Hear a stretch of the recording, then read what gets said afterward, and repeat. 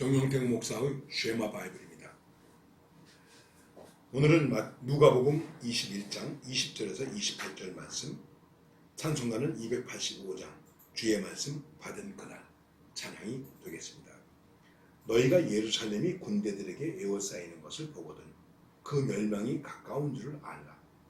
그때에 유대에 있는 자들은 산으로 도망갈 것이며 성내에 있는 자들은 나갈 것이며 촌에 있는 자들은 그리로 들어가지 말지어다.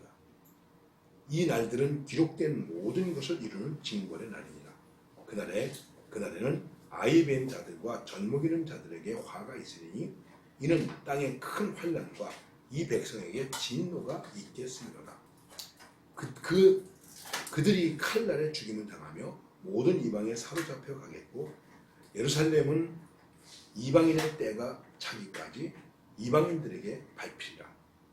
1월 정신에는 징조가 있겠고 땅에서는 민족들이 바다와 파도의 성난 소리로 인하여 곤란한 중에 곤란하리라. 사람들이 세상에 임할 일을 생각하고 무서워함으로 기절하리니 이는 하늘의 권능들이 흔들리겠습니다. 그때에 사람들이 인자가 구름을 타고 능력과 큰 영광으로 오는 것을 보리라. 이런 일이 되기를 시작하거든 일어나 머리를 들라. 너희 속량이 가까웠느니라 하시니라. 자, 사람들이 궁금해하고 있습니다. 마지막 때에 대한 징조에 대해서. 너희 보는 이것들이 날이 이르면 돌 하나도 돌 위에 남지 않고 무너지리라. 그 대표적인 사건이 무엇이냐면 예루살렘의 멸망이에요. 그러면서 예수님이 말씀하십니다. 자, 예루살렘이 멸망한다. 멸망하다 하면 군대들에 의해서 에워싸임을 당하고 옛날 바벨론으로 포로로 잡혀갈 때도 그랬죠. 예루살렘의 종말의 말씀을 얘기하고 있습니다. 그리고 그 징조를 이끌어주시는데 예루살렘이 군대에 둘러싸이는 것을 보면 이제 마지막 때가 가까운 것을 알라. 그러니까 지금도 과연 예루살렘이 어떻게 둘러싸이겠는가 하는 것을 생각하는 것입니다. 구약에서는 예레미야와 에스겔 또 이사야에 의해서 예언되었고 예수님은 미래를 보시면서 이것을 예언하고 계시지만 그 당시의 사람들은 듣지 않았습니다. 그리고 예루살렘의 멸망이 얼마나 끔찍한 비극이 될 것인지를 경고하십니다. 한마디로 말하면 형벌의 날이다. 주님께서 다시 오시는 것은 형벌의 날이다.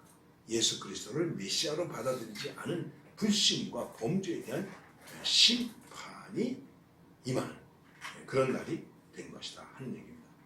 그 요세푸스가 AD 70년 4월에 시작된 로마 군대의 예루살렘 포위, 그때 예루살렘에 유월절로 인해서 모인 사람들이 많이 있었다는 것입니다.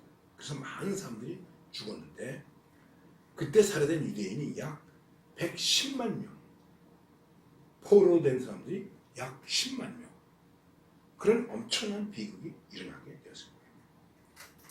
가장 거룩한 평화의 상징이었던 예루살렘이 이방인에게 짓밟히게 되었다. 바로 그런 때부터 예수님의 재림의 징조가 된다는 것입니다. 그리고 그 시간적 길이와 고통은 인간의 측량으로는 불가능하시지만은 이것은 맛을 잃은 소금이 버려지고 짓밟히는 것과 같은 입장이라고 얘기하시는 것입니다. 우리들이 하나님의 백성에게 임하는 멸망의 심판을 생각할 때 이것이 우연적인 것이 아니라 이미 주어진 말씀에 의해서 그 말씀이 기준에 대해서 이루어지는 심판의 역사라고 하는 것입니다.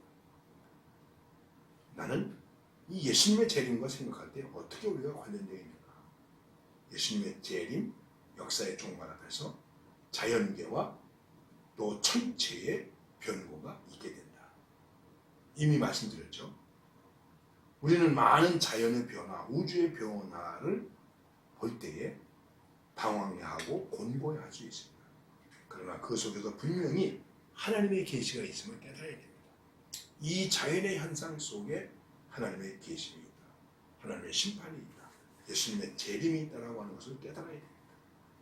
그리고 사람들이 두려움 속에, 아주 깊은 두려움 속에 빠지게 되는데, 왜냐하면 천체가 흔들리니까, 그야말로 지구가 흔들리니까 죽은 상태가 되는 것처럼 그렇게 된다는 것이죠. 우리는 주님의 재림을 직접 보게 됩니다. 그리고 그것은 영광의 승리이며 예수님의 재림은 공개적으로 이루어진다는 거죠. 어느 산에 오신다, 여기 있다, 저기 있다라는 것으로 이루어지는 것이 아니라 아주 공개적으로 이루어진다고 하는 사실을 기억해야 됩니다. 이런 일들을 바라보면서 하나님의 백성들은 하나님의 구원이 가까웠으므로 더욱더 분명하게 주님 오심을 맞을 준비를 해야 된다는 것입니다. 그리고 믿음의 용기를 잃지 않고 살아야 된다는 것입니다. 두려움이 있습니다. 무서움이 있습니다. 죽음이 있습니다. 바로 주님께서 가까이 오시는 때가 이르렀구나. 예루살렘의 멸망과 우주의 종말이 역사적 시점은 다르다고 하더라도 두려움과 심판과 혼돈이 있는 것 같지만은 또 급박하게 임하는 것 같지만은 준비 되지 않은 자에게는 그런 심판이 내리겠지만은 주님을 바라보는 우리들에게는 영광과 승리와 말씀의 성취가 된다고 하는 것입니다. 그러니까 우리는 재림의 신앙에 대해서 흔들리지 말아야 돼요. 흔들리지 말아야 돼요.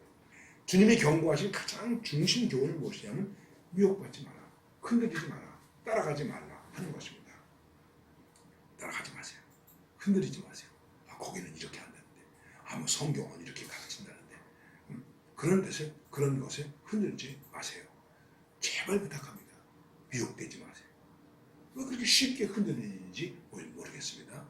한 말씀만 더 드린다면 예수님의 제자들의 가르침을 모아놓은 책인 디다케라고 하는 디다케라는 가르침이 있는데 그가 이런 얘기가 있습니다. 믿는 자의 집 대문을 두드리는 자는 이단이다. 믿는 자를 와서 미혹해 하는 것, 믿는 자를 추수해가지고 알곡을 만든다나 그런 것, 믿는 자의 집을 두드리는 자는 그 이단이다. 믿는 자를 미혹해 하는 사람은 그 이단이에요.